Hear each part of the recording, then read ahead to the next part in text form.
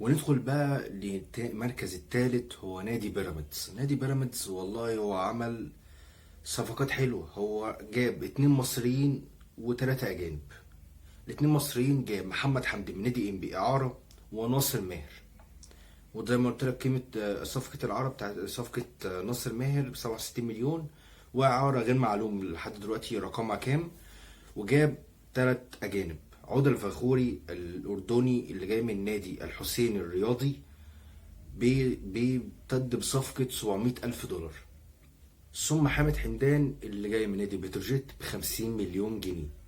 وواحد تاني غير معلوم برضو قيمة الصفقة، اسمه باسكال فيري. ده برضو جاي من زيسكو. تحس ان زيسكو دي مطلعة لعيبة جامدة، واحنا مش عارفين نكسبهم اساسا في ماتش الزمالك اللي فات، ما ممكن انه هطل.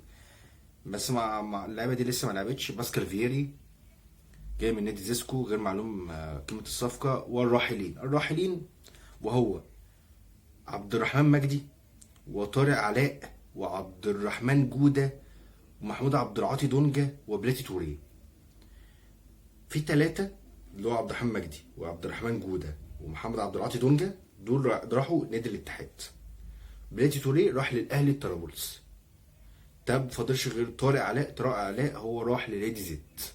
كده انت كده خلصت المركز الثالث، هو نادي بيراميدز. فاضلكش غير وبكده